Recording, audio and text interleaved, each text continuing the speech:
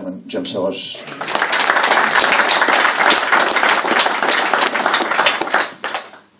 It's very important that we put this issue of Scotland in its historical context.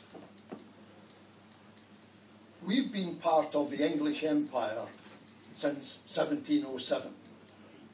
And I say the English Empire because that's basically what it was, with Scottish, Welsh and Irish appendages.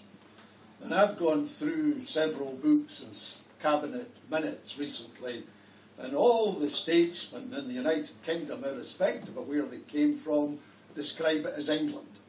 In fact, 146 years after the Union, Disraeli, making a big speech in the House of Commons, talked about England. And if you fast forward to 1948, I've got 6 volumes in my house of Winston Churchill's memoirs of the Second World War. And it's England, England, England, England when he means, or technically means, Britain or the United Kingdom. So we've been part of that empire. Every empire, can everybody hear me at the back? Right. That's great, thanks. Every empire declines. Every one. Whether it's the Persian one, whether it was Alexander the Great, the Roman Empire, the Spanish, the Portuguese, we are now witnessing the final decline of the English Empire. For example, you remember the Jubilee, and there was the Duke of Edinburgh dressed as an admiral of the fleet on a wee boat with the Queen sailing up the Thames. Ever wondered why that took place? Every other Jubilee, including Elizabeth's Jubilees, the great piece of event was the monarch sailing up the review of the fleet. It didn't happen this time because there's no fleet to review. And that's an indication of the decline. There's 2 aircraft carriers being built here. The first aircraft carrier, the Royal Navy, has enough folk to put on it to crew 1. They haven't got any money to put aircraft on the aircraft carrier. The second carrier, they don't have enough people to crew it. Now, I was in the Royal Navy for 5.5 years. In my time, we had a home fleet, a Mediterranean fleet, a Far East fleet, and the West Indies station. They don't exist any longer. And that's a sign of this decline. So when that fool Cameron comes up here and says, I want you to rest on the broad shoulders of the United Kingdom, which he means England, the man represents a country that's skint. We are heading for £1.5 trillion worth of debt by 2015-2016. They're borrowing at the rate over £100 billion a year at the present time, because they are so weak inherently they cannot earn their living in the world without borrowing. And there will come a time when that has to end. And I'll tell you this, if we vote no, by the time we get to 2016, everybody who's voted no will bitterly, bitterly regret it.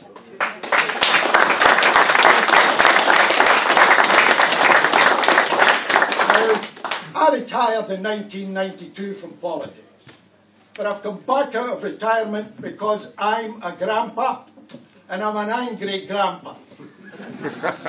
I've got 10 grandchildren, 10 of them, and when they reach primary 7, I send them a grandpa letter, giving them advice as a grandpa should.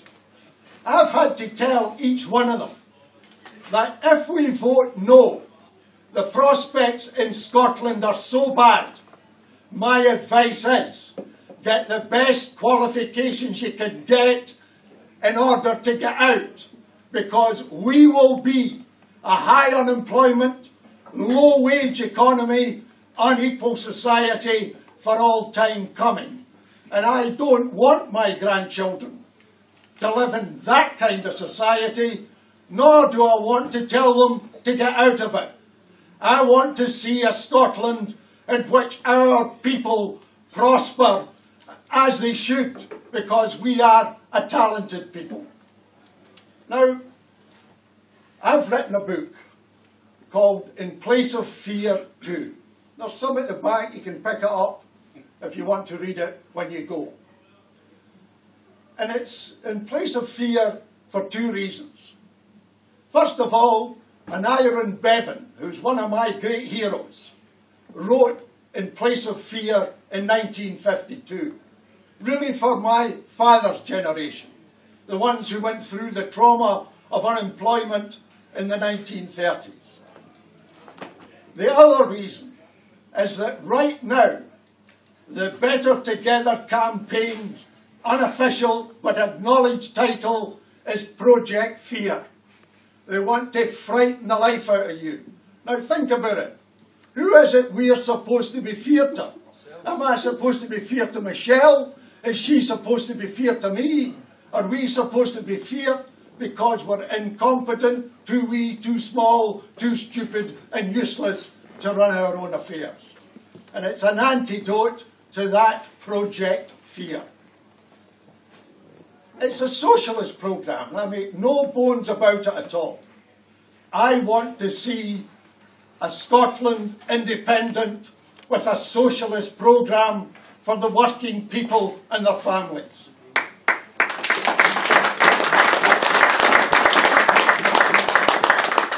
I fought an election in South Ayrshire in October 1974 on the slogan, shifting the balance of wealth and power to the working people and their families.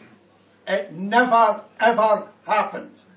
And the reason it can't happen, from a Scottish point of view, was pointed out by an old miner at a meeting in 1979, who got up and said in Netherthird and Cumnock, all our socialist dreams have been destroyed by the London connection. And it's true. Think of the present time.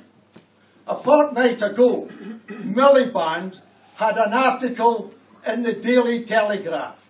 Quite safe, because there's no many telegraphs sold up here. The Telegraph down there is read by the middle class in England. And it was all about his anxiety about their condition and the problems they are facing. If Miliband has to become Prime Minister, he has to get the votes of the English middle class, which means for the Labour Party up here, they've got Middle England on their back. And even if they punt socialism here, when they go down there, they've got to toe the Middle England line. So there's no possibility of any socialist programme if we remain part of the United Kingdom.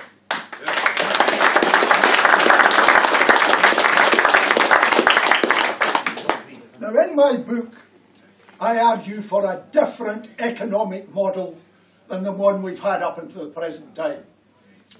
I argue for something called resource management.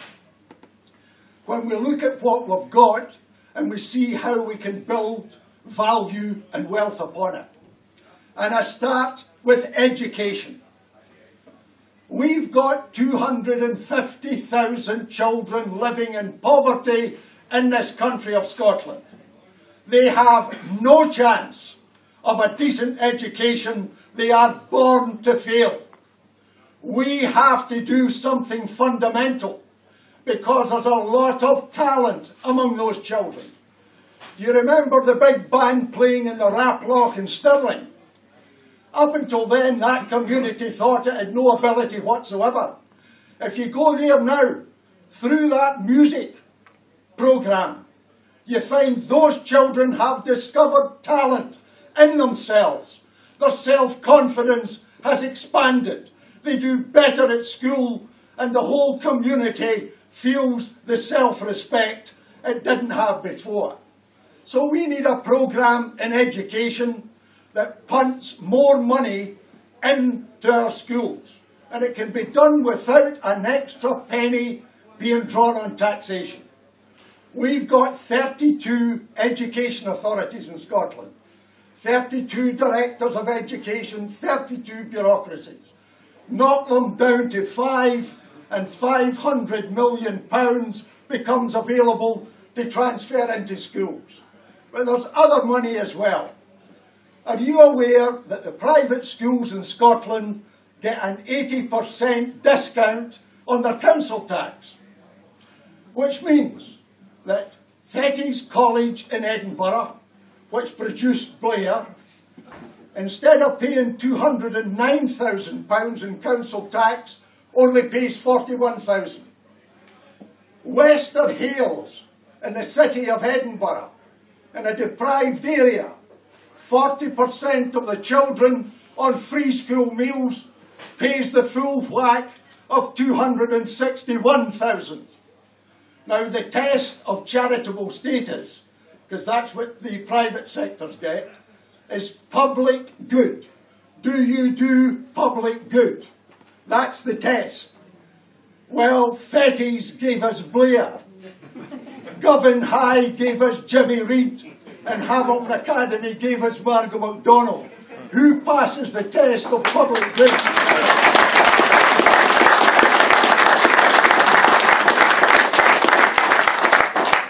One of the things Nye Bevan said is that the instrument, the greatest instrument in the armoury of a socialist is audacity.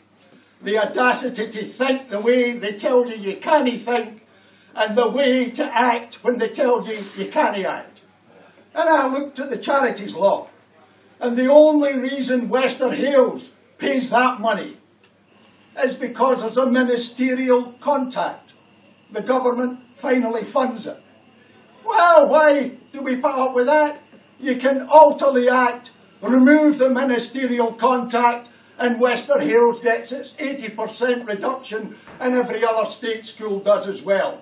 So there's more money that can be poured into our educational system in order that we bring those children born to fail into a system that actually means that they're born to succeed. Then there's jobs. How do you create jobs? Well, at the moment, they were told that we should rejoice when unemployment's at 6%. I was brought up in a full employment society. We would have been shattered at the idea of 6% unemployment. So I'm arguing for a policy from a socialist government of full employment, because the alternative to full employment is heavy unemployment. And heavy unemployment means that working class people who try to sell their labour in this labour market are in a weak bargaining position. That's why you've got 0 hours contracts. That's why you've got minimum wages and folk no paying the minimum wage. If we've got a policy of going for full employment, the bargaining power of the working class increases. Now, how do you create it? We've 157,000 families on the waiting list. There's only one way to house them. Build houses. It's no rocket science. 2 and 2 makes 4. Building houses actually puts people off the waiting list. And just think what that programme would do. 25,000 houses a year. You employ the construction workers. You get a real apprenticeship. Folk who supply the goods have more work. And so you expand it and you expand it. And I'll not upset my business colleagues here, but I've got a message for them in a socialist programme. We have almost 340,000 small and medium-sized enterprises in Scotland. They get a raw deal from the banking system. I'm advocating a special bank for them, an SME bank, based on the same principle as the credit unions. A bank that will understand them. I know a small employer who would like £20,000 to expand the business. I said, don't go in and ask for 20,000, ask for 20 million. Now, you might not get it, but you'll get an interview. There's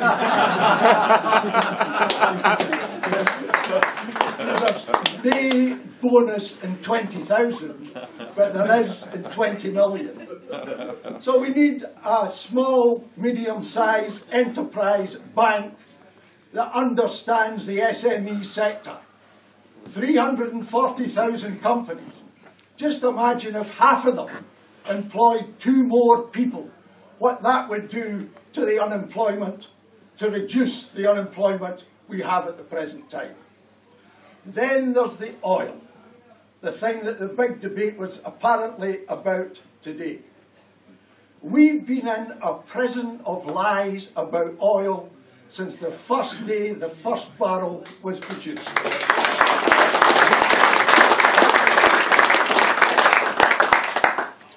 Gavin McKee, economic advisor in St Andrew's House, wrote a memorandum which said if Scotland was independent, it would be a very rich country. That was suppressed. He was no whistleblower, and so the people were told an entirely different story. It wouldn't last long. It would go away. Can you put all your eggs in the oil basket? That's what the Scottish people were told while the wealth gushed past us into the treasury run by Margaret Thatcher. That's what happened then in this prison of lies. And they're still lying now. Jenny Mara, Labour MSP, last week in the BBC debate said it's declining, as though that was the end of the argument as far as oil and independence went. Well, listen, there's a difference between X amount of oil for 5 million people and the same amount of oil for 60 million people. Something like 1.2 million barrels a day for 5 million people is more valuable than spread around 60 million. And that's the prospect for us. There's £1.5 trillion worth of wealth in the North Sea. And if we vote no, for the second time running, the Scottish people will be robbed blind of that particular wealth.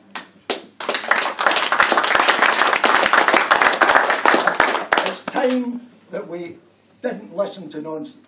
You know, in the 1970s, one of the Labour luminaries, and wee Harry Selby, who beat Margot the second time round in Govan, the Labour luminary on television said it couldn't be Scotland's oil because we didn't put it there. Yes. When I worked in the Arab world, when I tell my Arab friends that, they do the same as you. They laugh and they say, we didn't put it there either, but by chance. You know, we're very glad somebody put it there because we got oil. So there's another thing about oil that we haven't thought about. All the debate has been about the tax revenues. But what about the black stuff itself? Suppose we took a portion of it, and that portion was to reduce petrol, diesel and aircraft fuel costs. Not a great deal would be required because we're a small country. It would have an enormous beneficial effect upon our transport industry. It would leave more money in the hands of families. It would boost the tourist industry because a lot of our tourism comes from the north of England. Man, Mrs. and the wains in the car. They hardly go beyond Glasgow and Edinburgh because of the cost of fuel. And aircraft. If we provided the lowest cost of aircraft fuel, we would be able to start attracting more and more companies to give us direct services from our airport. So that oil is a resource that we can actually build upon. And we're not to be put off by this clown talking about his broad shoulders.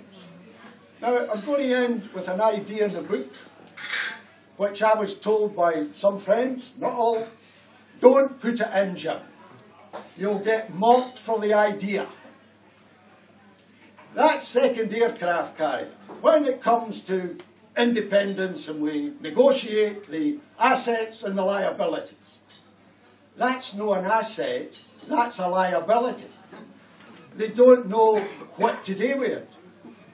They can't sell it to the Argentine. India doesn't need it. China's building their own.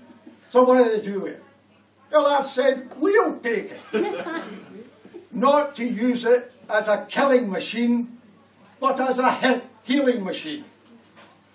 There's a ship called the Africa Mercy, 16,500 tons, which goes into Africa, into those areas where people have no decent medical facilities. It's got 5 operating theatres. It does over 3,300 surgical operations. It cures cataracts for people. And just imagine a poor African with a cataract taken away and can see. It does the cleft palate operations. Just think of an African child in a very poor village who has that handicap, and then it's cured. Well, I took that as a model, and I thought, okay, that's a 16,500 tonner. We've got a 70,000 aircraft carrier. Let's turn it into a hospital ship and an international rescue ship. It wouldn't be 5 operating theatres. We would do a great deal for humanity if we launched that ship. Sailing with a saltire, not the Union flag, named the Robert Burns, after the greatest humanitarian we have in fact ever produced. And if folk want to mock turning a weapon of war into a craft which goes out to heal, then let them mock. What I've tried to do with that and other things is illustrate. We're not talking about Scotland independent, just being a mini UK going on as it did previously. We're talking about fundamental change in every part of our country and our way of life. Helen Liddell, now Lady Liddell, down in the House of Lords, said she was a proud Scot. I'm not a proud Scot. How can we be proud of a country in which a food bank in Glasgow ran out of food? How can we be proud of a country where if you miss an appointment at the job centre, you're sanctioned and you have no money, you've got no benefit and you're destitute? How can we be proud of a country where payday loan companies are investing in order to exploit the poor in our society? We can change that if we can mobilise the working class of Scotland. And it is true, if Shettleston turned out 70% and voted yes on the 18th September, they would have a panic attack down in London as we would win.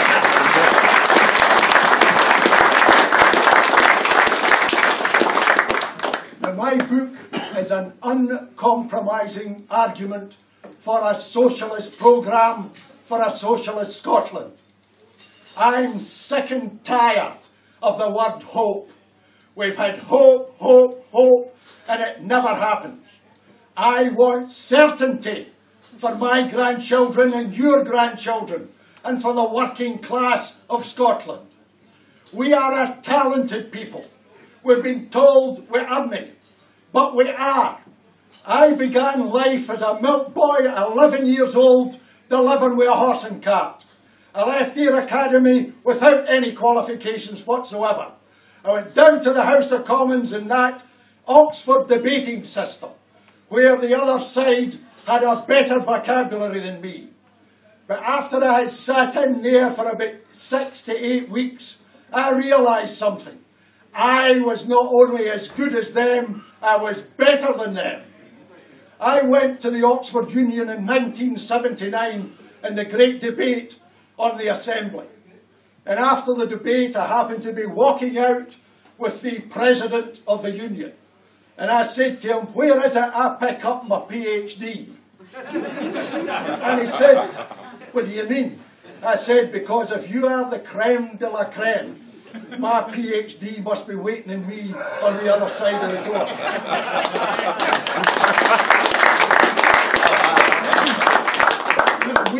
and the Scottish working class have to realise that we can achieve the kind of socialist dreams that we've had for generations and never came to fruition. And at 1 minute past 10 p.m. on the 18th of September, if we have kept that sovereignty and were sovereign at 1 minute past 10, the message to the Scottish working class is our time has finally come. Thank you.